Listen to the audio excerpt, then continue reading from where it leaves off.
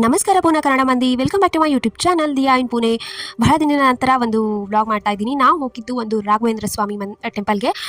ಇದು ನೋಡ್ತಾ ಇರ್ಬೋದು ನೀವು, ಎಲ್ಲ ಕನ್ನಡದಲ್ಲಿದೆ ಅಂತಂದರೆ ನಾವು ಕರ್ನಾಟಕದಲ್ಲ ವಿಸಿಟ್ ಮಾಡಿದ್ದು, ಪುನಾದಲ್ಲಿನೇ. ಹೌದು, ನಾವು ಫಸ್ಟ್ ಟೈಮ್ ಈ ಟೆಂಪಲ್ ಒಳಗಡೆ ಎಂಟ್ರಿ ಆಗಿ ಎಲ್ಲ ಕನ್ನಡದಲ್ಲಿರೋದು. ಎಲ್ಲ ಪೂಜಾರಿ ಆಯಿತು, ಇವನ್ ಅಲ್ಲೆಲ್ಲ ಕ್ಲೀನಿಂಗ್ ಮಾಡೋರು ಕೂಡ ಎಲ್ಲರೂ ಅಲ್ಲಿ ಕನ್ನಡದವರೇ ಇದ್ದಾರೆ. ಇದು ಮೈಸೂರಲ್ಲಿ ನಂಜನಗೂಡು ರಾಘವೇಂದ್ರ ಸ್ವಾಮಿ ಟೆಂಪಲ್ ಇದು.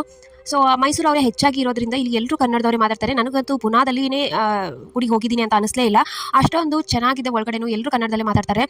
ಬಟ್ ಒಂದು ಮಿಸ್ಟೇಕ್ ಏನು, ನಾವು ಲೇಟಾಗಿ ಹೋದ್ವಿ. ರಾತ್ರಿ ಯಾರೋ 9 ಗಂಟೆಗೆ ಹೋಗಿದ್ವಿ. ಅಂದರೆ ನಮ್ಮದು ವೆಡ್ಡಿಂಗ್ ಆ್ಯನಿವರ್ಸರಿ ಇತ್ತು ಅಂತ ಹೇಳಿ ನಾವು ಟೆಂಪಲ್ಗೆ ಹೋಗಿದ್ವಿ. ಹಾಗೆ ಇದು ಟೆಂಪಲ್ಗೆ ವಿಸಿಟ್ ಮಾಡಿದ್ವಿ. ಇದನ್ನು ಈ ಗುಡಿ ಮುಂದೆನೇ ಎಷ್ಟೊಂದು ಸಾರಿ ನಾವು ಹೋಗಿ ಬಂದು ಮಾಡಿದ್ವಿ, ಹೋಗಬೇಕು ಅಂತ ಅಂದ್ಕೊಂಡಿದ್ವಿ. ಬಟ್ ಹೋಗೋಕ್ಕಾಗಿದ್ದಿಲ್ಲ. ಇವತ್ತು ಹೋಗಿ ಇಷ್ಟೊಂದು ಖುಷಿ ಆಯಿತು. ಅಂದರೆ ಎಲ್ಲನೂ ಕನ್ನಡದಲ್ಲೇ, ಏನು ನಮ್ಮ ಕರ್ನಾಟಕದಲ್ಲೇ ಬಂದಿರೋ ಥರ ಫೀಲ್ ಕೊಡ್ತು. ಆಲ್ಮೋಸ್ಟ್ ಎಲ್ಲ ಗುಡಿ ಕ್ಲೋಸ್ ಮಾಡ್ತಿದ್ರು, ಮೇನ್ ಇದನ್ನು ಕ್ಲೋಸ್ ಮಾಡಿದ್ರು. ನಾವು ಹೋಗಿದ್ದೀವಿ ಅಂತ ಕನ್ನಡದಲ್ಲಿ ಮಾತಾಡಿದ್ವಿ ಅಂತ ಹೇಳಿ ಮತ್ತೆ ಲೈಟ್ ಹಾಕಿ ಒಳಗಡೆ ದೇವ್ರ ದರ್ಶನ ಮಾಡಕ್ಕೆ ಬಿಟ್ರು. ಆಮೇಲೆ ನಾವು ಹೊರಗಡೆ ಎಲ್ಲ ನಮಸ್ಕಾರ ಮಾಡ್ಕೊಂಡು ಹೊರಗಡೆ ಬಂದರೆ ನಿಮಗೆ ಹೊರಗಡೆ ಒಂದು ಸ್ಟ್ಯಾಚ್ಯೂ ಇದೆ ರಾಘವೇಂದ್ರ ಸ್ವಾಮಿದು. ಅದಂತೂ ತುಂಬ ಅದ್ಭುತವಾಗಿದೆ. ಅದು ಎಂಟ್ರಿಗೇನೆ ಇದೆ. ಥೇಟ್ ಮೂರ್ತಿಗಳು ಒಳಗಡೆ ದರ್ಶನ ಆಗಲಿಲ್ಲ, ಇಲ್ಲಾದರೂ ಆಯಿತು ಅಂತ ಖುಷಿಯಿಂದ ಹೊರಗಡೆ ಬಂದ್ವಿ. ಸೊ ಇಷ್ಟಿತ್ತು ನನ್ನ ಮಿನಿ ವ್ಲಾಗ್. ಲೊಕೇಶನ್ನ ಪಿನ್ ಮಾಡಿರ್ತೀನಿ, ಸೊ ವಿಸಿಟ್ ಮಾಡಿ. ಹೇಗೆ ಅನಿಸ್ತು ಇನ್ನೇನು ಮಿನಿ ವ್ಲಾಗ್ ಹೇಳೋದನ್ನ ಮರಿಬೇಡಿ. C next vlog. ಹಾಗೆ ನನ್ನ ಚಾನಲ್ನ ಸಬ್ಸ್ಕ್ರೈಬ್ ಮಾಡೋದನ್ನ ಕೂಡ ಮರಿಬೇಡಿ. ಬಾಯ್.